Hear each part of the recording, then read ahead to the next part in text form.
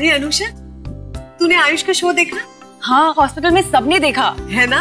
यहाँ पर भी सब रिश्तेदार और जान पहचान वालों ने फोन करके बधाई दी। सबको शो बहुत अच्छा लगा। और देखिए ना भाभी, मैंने भैया के लिए सूजी का हलवा बनाया है। अरे वाह, और देखो मैं भी आयुष के लिए गिफ्ट लेकर आई। वाह, अरे वाह। मोही का कोई फोन आया? नहीं ना। आज अगर मोही होती तो कितना खुश होती ना। मैं भी उसे ही याद कर रही थी। अब तक तो आ जाना चाहिए था ना उसे।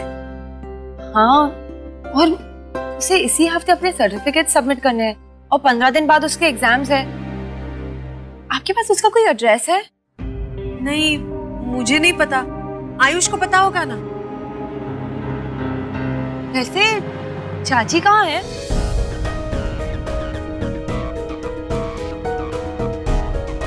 वैसे चाची कहाँ है?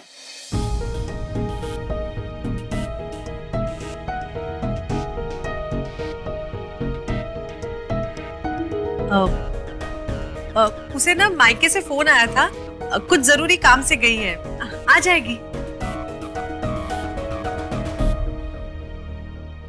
शुभांगी, ऐसे रोक कर मत जा।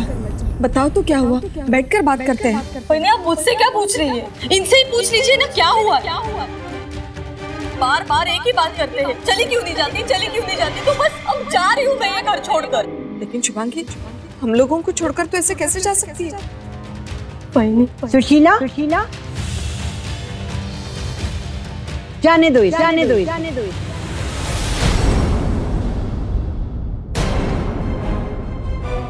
अरे तुम क्या समझती हो कि जो तुम्हारे मन में आएगा करती रहोगी और हम सब सहते रहेंगे?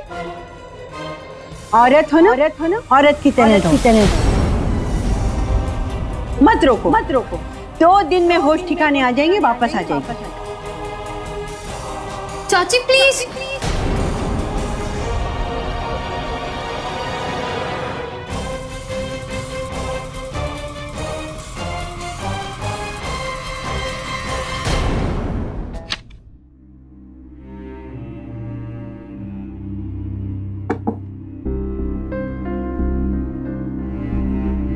चाचू, मैं अंदर आ सकती हूँ?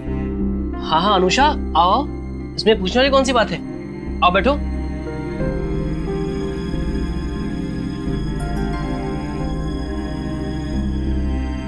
चाचू, मैं आपसे कुछ कहूंगी तो आप बुरा तो नहीं मानोगे ना?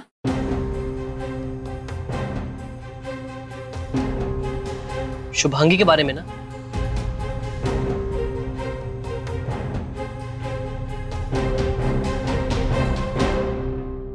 चाचू, मैं उम्र में आपसे बहुत छोटी हूँ और जिंदगी के तौर तरीके मैं अब तक सीख ही रही हूँ, पर फिर भी उस लिहाज से नहीं, पर इस फैमिली का हिस्सा होने की हैसियत से मैं आपसे कुछ कहना चाहती हूँ। चाचू, I am requesting you, please चाची को वापस ले आइए। मैंने पहले इतना काम कभी भी नहीं किया है। मेरे मायके में तो 1 गिलास पानी तक नहीं उठाया मैंने, और यहाँ तुम्हारी काम वाली बन जाऊँ मैं? प्लीज। भूल गए? पिछली बार मायके गई थी तो हाथ जोड़कर बुलवाया था वापस। याद आया कुछ? और तुम्हें यही चाहिए तो ठीक है, चली जाती हूँ मैं मायके। बहुत हो गया। ये हर बार पैसे का ताना तुम मुझे मत दो। मेरे पापा के पास बहुत पैसे हैं। जिंदगी भर मुझे पैसों की कभी कमी नहीं रहेगी, समझे तुम?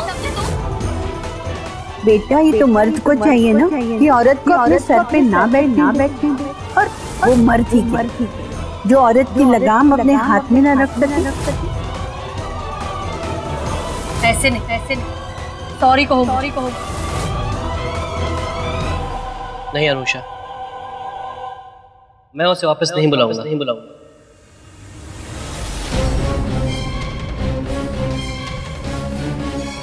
किसी कीमत पर नहीं।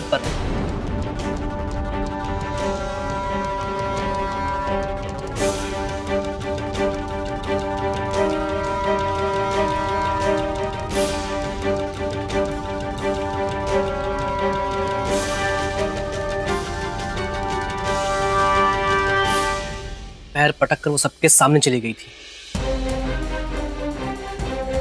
बहनी की भी बात नहीं मानी उसने। ये कोई तरीका है? बात बात पे घर छोड़ के जाने की धमकी देना। और अब तो चली गई है। उसे लगता है कि वो अपने मायके में बहुत खुश रहेगी। तो भी ठीक है, खुश रहने दो उसको अपने मायके में। वो अपनी मर्जी से घर छोड़कर गई थी। तो उसे वापस आना होगा तो आएगी भी अपनी मर्जी से। नहीं अनुषा, मैं उसे किसी कीमत पर यहाँ वापस नहीं बुला सकती।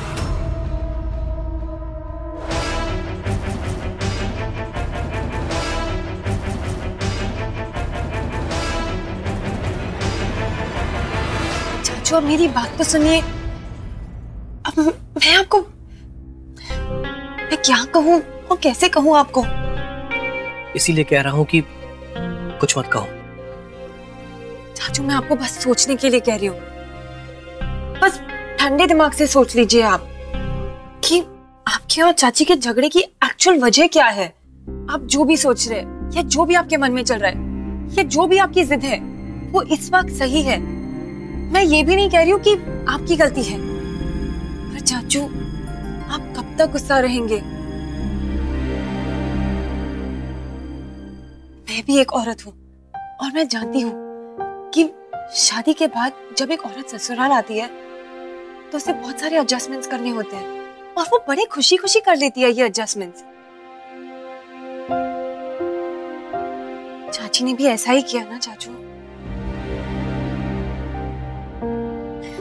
इनफैक्ट मैं भाई से और चाची से कितना कुछ सीख रही हूँ। हम सब ये सारी एडजस्टमेंट सिर्फ इसलिए करते हैं ताकि ये परिवार साथ में रहे और खुश रहे। जब चाची इस घर में आई थी तो उन्होंने बड़े आसानी से ये सारे एडजस्टमेंट्स कर लिए थे। उन्होंने गोखले परिवार के तौर तरीके, रहन सहन दिल से अपनाए। फिर भी वो इस घर को छोड़कर चली गई। कोई तो वजह होगी ना चाचू। आप ही सोचिए, क्या चाची के जाने के बाद आप खुश हैं? एक पति और पत्नी का साथ जन्म जन्म का होता है। गम, खुशी, सुख, दुख, अच्छे दिन, बुरे दिन, सबका सामना वो साथ साथ करते हैं। और उन दोनों के बीच प्रॉब्लम सिर्फ तब होती है जब कोई तीसरा आ जाता है और फिर प्रॉब्लम्स इतनी बढ़ जाती है कि ये सबको दुख देने लगती है, बच्चों को भी। चाचू प्लीज सिर्फ एक बार इस बारे में सोचिए। और मैं छोटी हूं, अगर मैंने कुछ भी गलत कह दिया तो मुझे माफ कर दीजिए। मैं चलती हूँ। Good night.